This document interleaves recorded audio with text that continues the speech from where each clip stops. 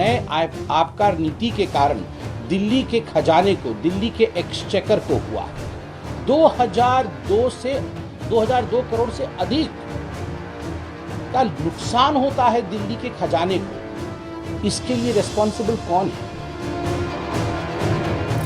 उनके लिए कानून में प्रावधान है कि वो इस टेंडरिंग प्रोसेस में अप्लाई नहीं कर सकते हैं। मगर बड़ा दुखद और आश्चर्यजनक विषय है कि न केवल उन्होंने अप्लाई किया, अपितु उन्हें इस पूरे ठेके में शामिल किया गया। केवल इतना ही नहीं, आपको जान के आश्चर्य होगा कि ये हर कोई जानता है, वैसे आश्चर्य आजकल होता नहीं है अरविंद केजरीवाल और भ्रष्टाचार के विषय में सुनने से। जो कमीशन इन शराब ठेकेदारों का बढ़ाया गया, पहले ये 5% पे था। 5% कमीशन ठेकेदारों को दिया जाता था, 12% कमीशन कर दिया गया। और इसमें बातें सामने आई कि लगभग 6 से 7% कमीशन बैकडोर एंट्री होकर ये ब्लैक मनी के रूप में आम आदमी पार्टी के जो हमारे कार्यकर्ता हैं, बड़े नेता हैं, उनको दिया गया है। करोड़ों रुपए इस माध्यम से दिए गए हैं। इसके लिए दिनेश अरोड़ा जी इत्यादि आपके सामने जो जिन लोगों ने ये किया है वो अप्रूवर भी बने हैं और उनकी स्टेटमेंट आज पब्लिक डोमेन में है। मार्च 2023 में अंततोगत्वा मनीष सिसोदिया की गिरफ्तारी होती है ईडी द्वारा। अक्टूबर 2023 में इसी केस में संजय सिंह जी की भी गिरफ्तारी होती है और अक्टूबर 2023 में ही समन भेजा जाता है, पहला समन अरविंद केजरीवाल जी को, कि अरविंद केजरीवाल जी, प्रथम दृष्टिया प्राइमा फेसी ये लग रहा है कि मनीष सिसोदिया भी इन्वॉल्व है, संजय सिंह भी इन्वॉल्व है। और कहीं ना कहीं जो स्टेटमेंट्स आ रहे हैं, चाहे वो विजय नायर जो कि कम्युनिकेशन हेड हैं आम आदमी पार्टी के, और बाकी जो ठेकेदार जो अप्रूवर बने हैं, उनके स्टेटमेंट से लग रहा है कि आप भी इसमें हिस्सेदार हैं। तो आप आइए और हमारे सामने पेश होइए, आपको ये हम लिबर्टी देते हैं, आप अपने विषय को रखिए। समन नंबर 1 जब अक्टूबर 23 को आया, तब से लेकर अब तक 9 समन आए हैं। आश्चर्य का विषय है, एक भी समन में अरविंद केजरीवाल नहीं जाते हैं। अरविंद केजरीवाल जी की वो सेंस ऑफ एंटाइटलमेंट रहती है और वो बार बार कहते हैं कि ये इलीगल है, ये समन इलीगल है। इस समन के आधार पर मैं प्रस्तुत नहीं होऊंगा। मैं कोई छोटा मोटा व्यक्ति नहीं हूं, मैं मुख्यमंत्री हूं, मैं बहुत बड़ा व्यक्ति हूं, मुझे कैसे समन किया जा सकता है? आज गुरूर टूटा है। इस देश का कानून कहता है, चाहे मुख्यमंत्री हो चाहे आम आदमी हो, यदि आपने कानून के मुताबिक काम नहीं किया है, कानून को तोड़ा है और समन किया जाएगा, तो आपको समन का सम्मान करना है, आपको आके प्रस्तुत होना है। अरविंद केजरीवाल नहीं आए, बीच में क्या हुआ आप देखिए। मनीष सिसोदिया और संजय सिंह, इन सारे विषयों को लेकर कई बार, ऐसा कोई कोर्ट हिंदुस्तान में बाकी नहीं है जिन कोर्ट में सुनवाई नहीं हुई इनकी बेल को लेकर और शराब घोटाले के विषय को लेकर। मुझे लगता है हम तो पॉलिटिकल पार्टी के प्रवक्ता हैं, हमारे ऊपर बायसनेस का आरोप लग सकता है कि चलिए आप बीजेपी से प्यार करते हैं, आम आदमी पार्टी आपकी ओपोनेंट है, आप तो बायस्ड बयान देंगे। But the courts are not biased. I have statements of the court in my hand. What does the court say in case of Sisodia's bail? Mr. Sisodia played the most important and vital role in the criminal conspiracy and had been deeply involved in formulation as well as implementation of the said policy to ensure achievement of objectives of the said criminal conspiracy. Court कहती है कि जो सिसोदिया साहब है, एक criminal conspiracy हुआ दिल्ली की जनता को लूटने का, और इस क्रिमिनल कॉन्स्पिरेसी में सिसोदिया साहब संलिप्त है। सिसोदिया साहब को बेल नहीं दिया जा सकता है और क्रिमिनल कॉन्स्पिरेसी में वो अक्यूज्ड है। आप सोचिए, ये दिल्ली की कोर्ट कहती है, ये छोटा विषय नहीं है। दिल्ली हाईकोर्ट क्या कहता है? दिल्ली हाईकोर्ट कहता है allegations are very serious in nature. जब बेल को रिजेक्ट किया गया और सारे तथ्यों को देखा गया, तथ्यों के आधार पर सुनवाई हुई, तो दिल्ली हाईकोर्ट ने बड़े स्पष्ट शब्दों में कहा, these allegations are very serious in nature.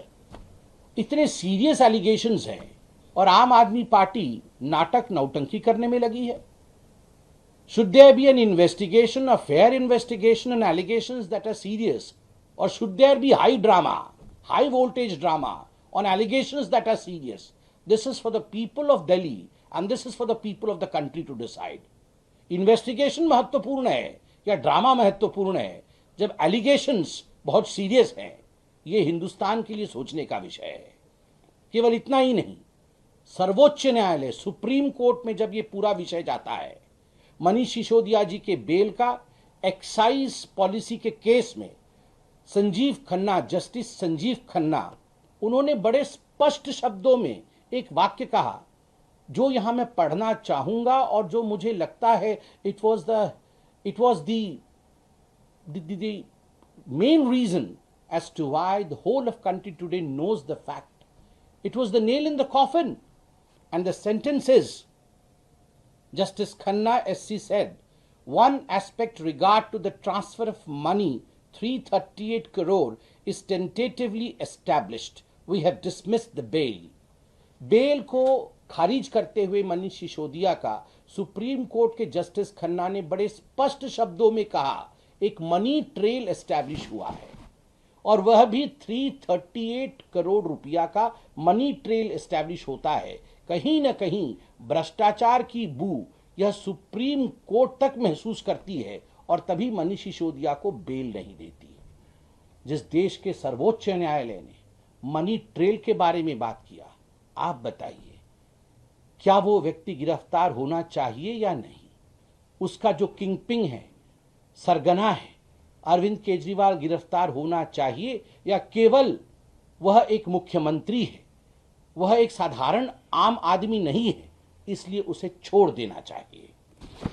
इतना ही नहीं, आप सभी जानते हैं कि सीएजी की भी रिपोर्ट आई थी। सीएजी की रिपोर्ट ने दिल्ली एक्साइज पॉलिसी को लेकर बड़ा स्पष्ट मत रखा कि 2002 करोड़ रुपए का नुकसान इस न्यू एक्साइज पॉलिसी के कारण, इस नए आबकार नीति के कारण दिल्ली के खजाने को, दिल्ली के एक्सचेकर को हुआ है। 2002 करोड़ से अधिक का नुकसान होता है दिल्ली के खजाने को। इसके लिए रिस्पॉन्सिबल कौन है? Do we have a chief minister who only enjoys the perks of being the chief minister, who stays in a sheesh mahal, who can build palaces for himself, but who would not be accountable for the loss of more than 2,000 crore in a policy which has been drafted by him?